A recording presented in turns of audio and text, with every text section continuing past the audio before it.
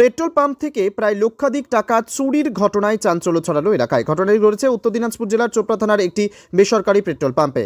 গভীর রাতে দুষ্কৃতীরা সুযোগ বুঝে পেট্রোল পাম্পের অফিসের শিকল কেটে ও আলমারি ভেঙে লক্ষাধিক টাকা নিয়ে চম্পট দেয় দুষ্কৃতীরা। পেট্রোল পাম্পের কর্মীরা বলেন, সকালে যখন ঘুম থেকে উঠে দেখি আমাদের ঘরের দরজা বাইরে থেকে বন্ধ করা রয়েছে, তাই পার্শ্ববর্তী একজন লোককে ডেকে দরজাটি খুলে পাম্প খুলতে গেলে দেখি পাম্পে দরজার খোলা রয়েছে। ভেতরে ঢুকে দেখি আলমারির দরজা ভাঙা এবং ভেতরে লাগানো প্রায় লক্ষাধিক টাকা নেই। পরবর্তীতে এই বিষয়ে চোপড়া পুলিশে জানানো হলে ঘটনাস্থলে পৌঁছায় চোপড়া থানার পুলিশ। ঘটনার তদন্ত শুরু করেছে পুলিশ। পাম্প চুরি হয়ে গেছে দাদা। আমি তো 9টার সময় রাত্রে ক্লোজ করলাম। ক্লোজ করার পরে আমি ওখানে খাইয়ে ঘুমালাম। আমরা বাইরে থেকে লক করে দিয়েছে, কিছু বলতে পারছি না। সকালে উঠলাম, আমি বাইরে থেকে লক।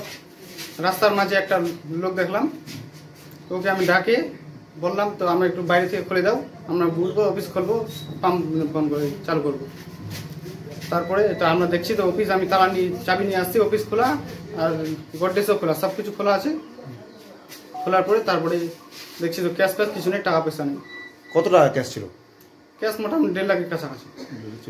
আপনারা কি ভিতরে থেকে মানে বন্ধ করে দিয়েছিল আপনাদের? হ্যাঁ, বন্ধ করে দিয়েছিল। কজন ছিল আপনারা? আমরা 4 জনই ছিলাম। পুলিশ প্রশাসনকে জানিয়েছেন? হ্যাঁ, পুলিশ প্রশাসনকে জানলাম। কি পেট্রোল পাম্প এটা, কোথাকার আর কি? এটা হসপিটাল পেট্রোল পাম্প। নাম কি পাম্পের? জেপি কিষান সেবা কেন্দ্র। আপনার নাম? আরিফ হোসেন। আপনি কি এই পাম্পে কাজ করেন? আমি কাজ করি, আমি ম্যানেজার হিসাবে দেখি আর স্টাফ। এখন ম্যানেজার নাই, বাড়ি গেছে, আমি দেখি। ঠিক।